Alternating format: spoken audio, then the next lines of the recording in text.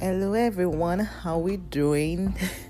Today is the day the Lord has made. I'm recording this today, the second day of July 2020, and this is the day that God has that God instituted that or legislated that will start the revival, the awakening of the fiery flaming woman, and the conference starts today, continues tomorrow, and ends on Saturday. But I'm doing this to encourage or inspire or ignite a divine hunger in the heart of someone who is listening right now. You might actually even listen to this way after the conference, but it just so I can see a pattern.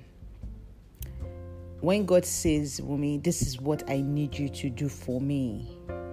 On my journey with God, I came to understand that my life doesn't belong to me. My life belongs to Jehovah. My life belongs to the person who made me. And by this understanding and revelation knowledge which I got by the mercies of God, it has made me to come to the conclusion and the understanding that I'm first of all living for God. I'm not living for myself.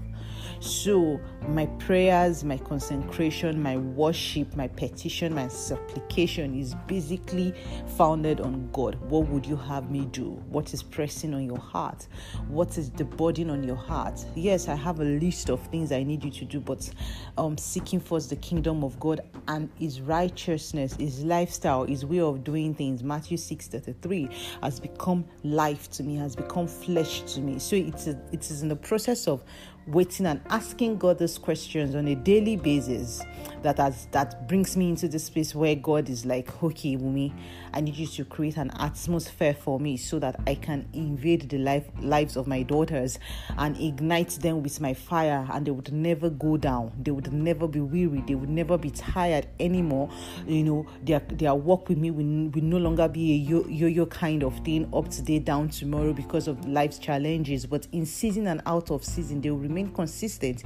You see, so that's what has led me to whatever expression in which my life has been flowing in this couple of months and years. But so I now realize the pattern that before a major assignment is accomplished, the devil attacks me. It's either before now it will attack my mind, and I will be so fixated on the finances to do the assignments that I forget the one who called me to do the assignments.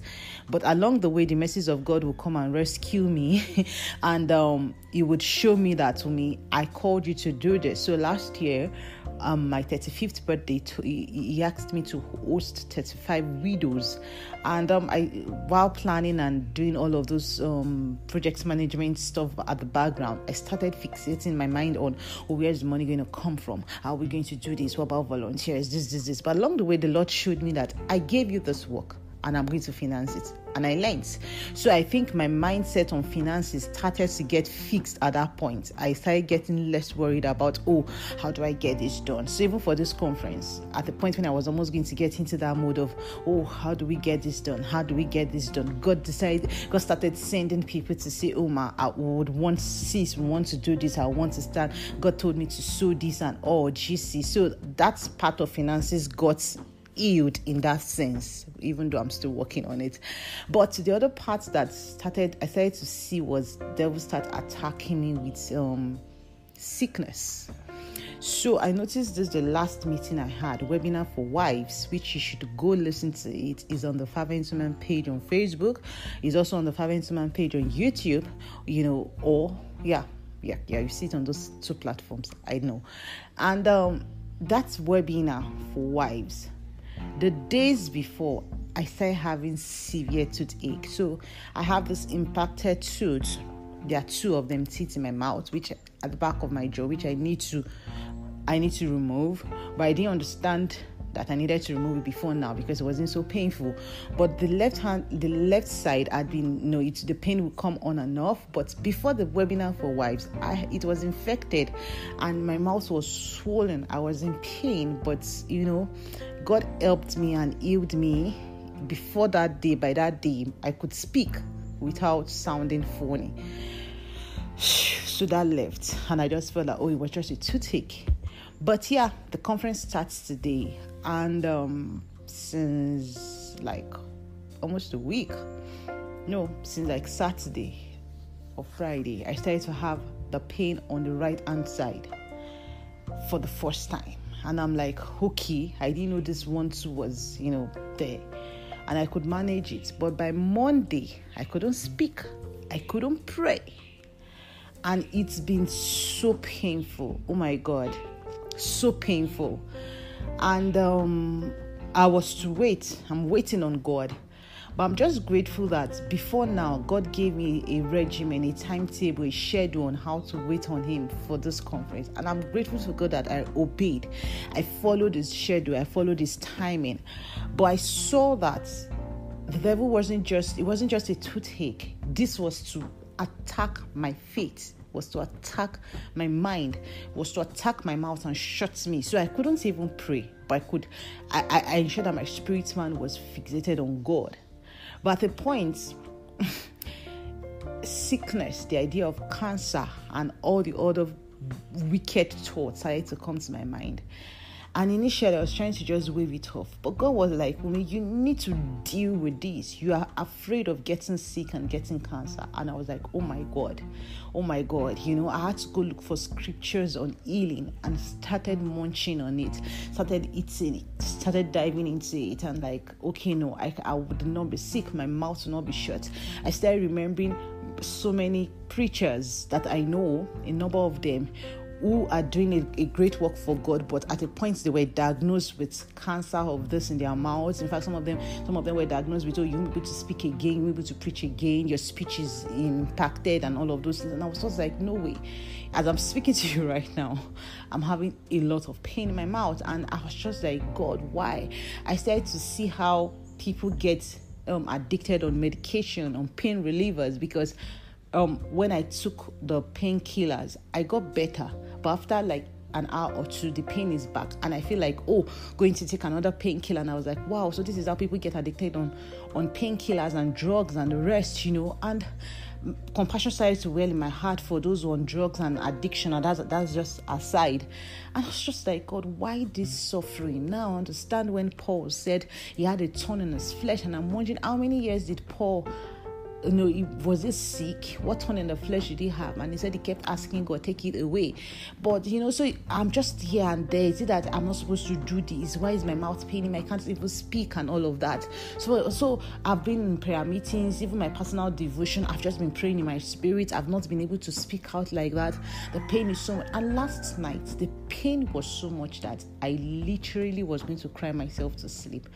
And I was just like, God, okay, what is this? And at the point, I had to ask my husband to please pray for me. And he did pray for me. And I was just like, Holy Spirit, I know you are the healer. And I know that this is not hard for you to do. I agree I would need to remove this tooth. But right now, I need this pain to leave me. Like, I believe you can remove it. And I trust you to remove it. And I slept off. Woke up in between, felt the pain again, slept off, and I was just in and out of sleep. And along the way, it was as if I had a revelation, and God was saying, Wumi, the pain I carry in my heart is much more than whatever pain you're feeling.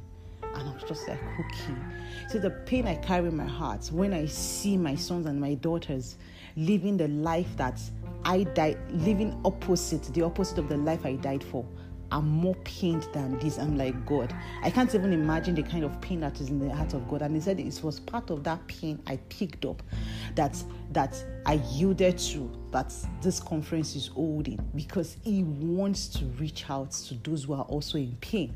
So it's like the world is in pain by not following God, but they don't even know they're in pain and a lot of darkness. And God is also in pain. Jesus is also in pain that, did my death on the cross, was it for nothing? And God was like, I just wanted you to go through. I allowed this happen to you so that you can understand the concept of pain in this kingdom.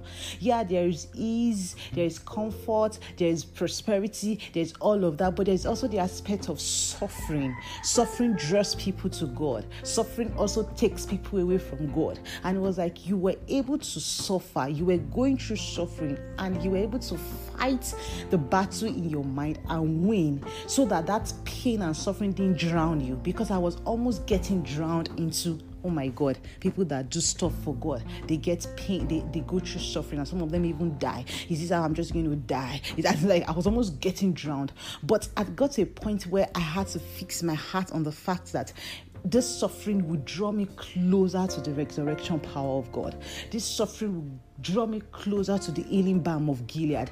This suffering will draw me closer to fulfilling my purpose. And it was like, see, a lot of people go through suffering, the kind of suffering that Job went through, and they literally forget the fact that he already bore their sicknesses on the cross.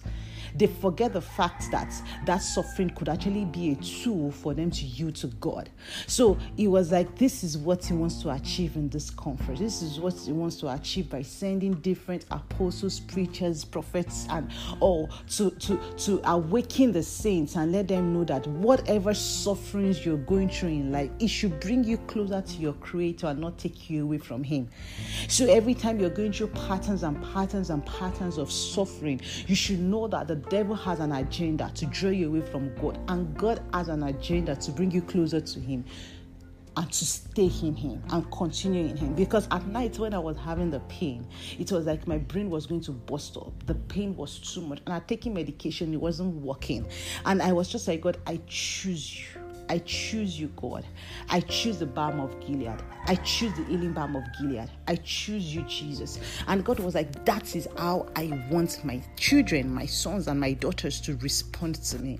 And I had to just do this today to just encourage you that I know that you might have been through so much in your life, but God is saying, come to me. You who is heavy laden, who is burdened, who is weary, who is tired. Don't let the experiences of the past or the current pain you're going through take you away from your Creator. He's telling you to come. As you come to Him and as you focus on Him, as you fixate your spirit man on Him, His Spirit, the same Spirit that raised Jesus from the dead, is going to rest upon you, quicken you, and bring restoration to your spirit, soul, and body. The same way when Jesus was, when the Father turned His face from the Son on the cross, Jesus had to keep His heart fixed on the glory of the Father. He had to keep his eyes fixed on the fact that his Father would not leave him nor forsake him. But he knew you had an assignment. He knew you had to go to hell to defeat the devil and yet go back to glory. He did not lose track of God. He did not lose track of the mercy of God. He did not allow his suffering and his pain to deceive him. The devil uses circumstances like this as an access into our life to deceive us that, see, God doesn't really, he's not really working, like those kind of things. I just pray that this week ignites your heart with faith, with fire, to persist, to fight for the faith in God. It is well in Jesus' name. See you at the conference if you get to listen to this before the conference, or search for the Fervent Women Movement on Facebook and on YouTube to get the recording of this conference after this. Love you.